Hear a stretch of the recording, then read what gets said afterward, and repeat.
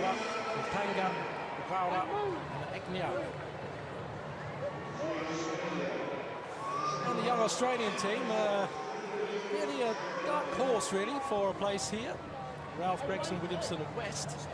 They're running really well. Most of their men can get round about the 146 mark, I think, if they push themselves. But can they get close to this particular team, who could really get under the world record? Roglic, Korongo, Inyo, and Couture. Well, they're just having to go back to the start line again before they go through. But the Kenyans already hold that world record,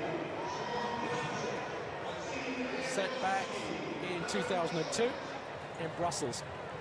And a very strong Polish team there with Ladowski and Schott, two top men to look out for in this race. Well, the interesting things here, Steve, notice that the Poles have got their two best athletes on the last two legs, whereas the Spaniards have got their two best athletes on the first two legs. Well, it's a tactical race, this, really, 4 by 800 metres. You've got to really think it through, because if you put your worst guys on the first couple of legs, you could be behind, but then that gives the two best men something to chase. Whereas if you take the other option of going hard first, you give the other athletes maybe something to chase after.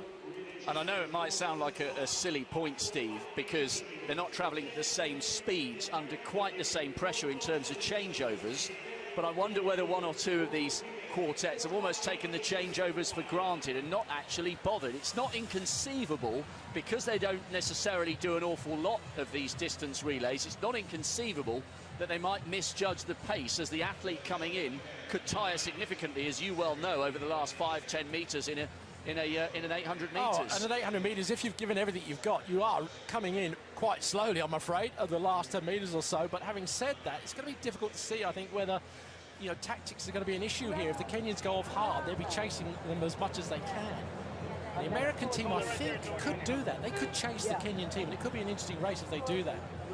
Whereas I think the Australians, maybe, and the Spanish teams, they'll be fighting it out maybe for 3rd and 4th places, but wait and see. Well, Chariot here, just limbering up just before the start. And as I say, world semi-finalist in 2013, best of 144.38. So you can see that most of the Kenyan team can dip under that magic 144. And if we get below that 145 for every single member, it will be a world record. But looking at the flags, they are dropping. So that's an important factor too. And given their PB, Steve, as you say, Kenya in particular, all of them just about the slowest guys on the team, 145.3 Karongo. But with a running start, how much is that going to take off that PB? That PB from a standing start, of course. Is the momentum going to make a difference when they're doing an 800 metre, an 8-lap relay? I don't know. It's going to be a question mark. We have to wait and see. I mean, that's the thing. And they haven't got David Rudisha too. Look at that. I mean, you take out that man, the world record holder, Olympic champion, and you can still field a team that could break the world record. But there's the lineup: Poland, Kenya, Australia, Uganda, Spain, Slovakia.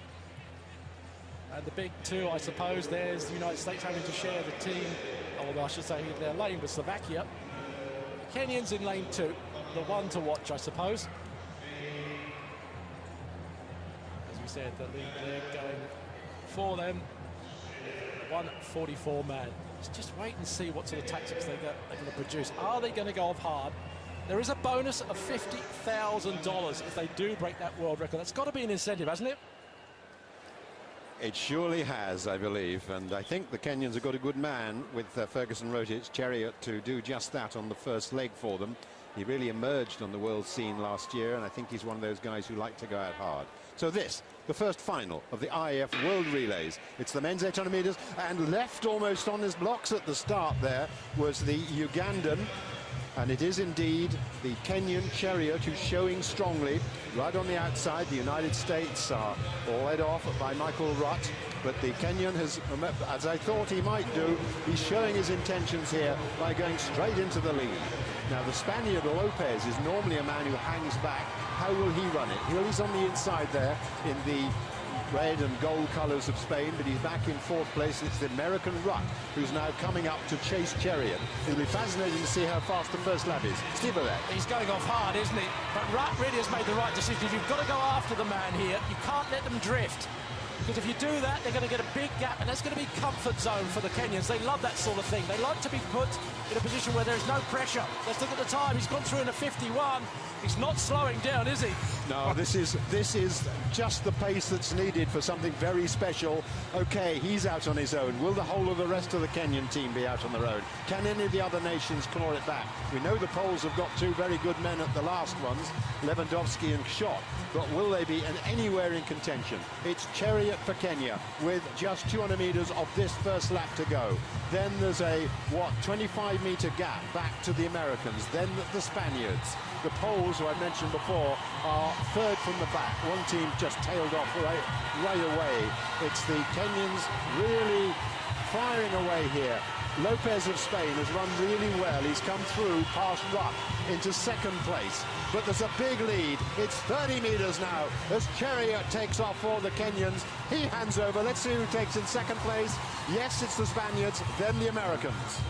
So change of order for the Kenyans. We thought it was going to be Karongo on the second leg. It is in fact Job Koech Kinyor who has taken up the baton, 2013 Kenyan Championship gold medalist, and he has been given a terrific foundation on which to build by his opening leg runner, Ferguson Rotich Chariot. Spain still going well, but look at the size of the gap being opened up by the Kenyans. And as Job Kinyor makes his way round the top of the bend, I was watching the clock. The first leg finished in almost bang on 1:45. A world record is not inconceivable. Well, actually, we've got 1:46 on our computer screen, so 55.3 second lap, but it's still on.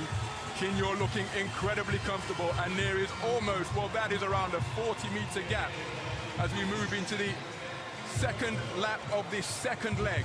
Kenya way out in front. Bermuda showing well. But Kenya, with clear daylight, this a time trial for the East African nation. But look at the back of the traffic now. Aaron Evans, the Bermudan record holder, 1:46.26 at his best, and he has got his Caribbean nation right back into contention. And remember, as far as the Polish athletes are concerned, they've got Schott and Lewandowski to go on the two last legs. They've got their big men still yet to make an impact. Aaron Evans could well be paying for going off so hard. He's dying a rather painful, slow death, but he's holding on. But it's all about Kinyor. Kinyor striding away, Job Koech Kinyor. And now Aaron Evans has been passed. But as we approach a change to second to third, Karongo away for Kenya. USA in second place. Johnson has it for them. 1:45.7, that second leg by Kinyor. So Karongo heading out down the back straight. Brilliant effort by the team from Bermuda to try and stay in the mix. The Polish quartet have got a lot to do. Lewandowski has a mountain to climb here. And in second place, it is Johnson of the United States. He is on the left of picture there. Now the camera widens out and we can see Karongo, and Johnson is making an impact, I think. Well, Johnson's a late comer to the 800 metres. He's a 400-metre hurdler specialist, so he knows what pain is all about. And he's trying his best now to claw it back, but that is a massive gap that the Kenyans are opening up. And they do not relent. They just keep going on and on and on, and it's preciously close to that world record. And a 50-second lap there for the Kenyan. Well, he's blistering through. That's an unbelievable lap time in the relay. You're not supposed to do that, but the Kenyans don't take any notice of what they shouldn't do. They just get out there and do it. Still a battle royal going on for third place. There's the Bermudan quartet, and now Lewandowski starting to make his quality pay, but he's going to have to work miracles here to get them back in touch with the Americans, but he is closing the gap and moving away from the rest of the field as the Australians move through into fourth place. But it is still Karongo. Can he keep it going here? Fourth in the Kenyan Championships last year. He's got a best of 1:45. It's going to be ever so tight here. A world record is a possibility. And certainly Dwayne Solomon has a big job to do for the Americans on the last leg. Oh, the last leg down, and Kip Couture has gone off like a train.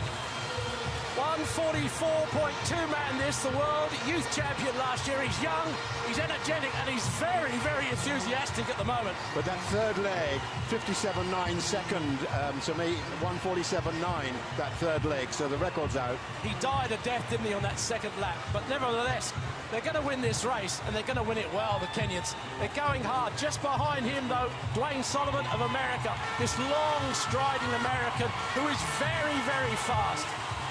Solomon, who was fourth at the Olympics and has run the fastest 600-metre time trial, or second fastest ever, behind his coach, Johnny Gray, is now leading this group behind.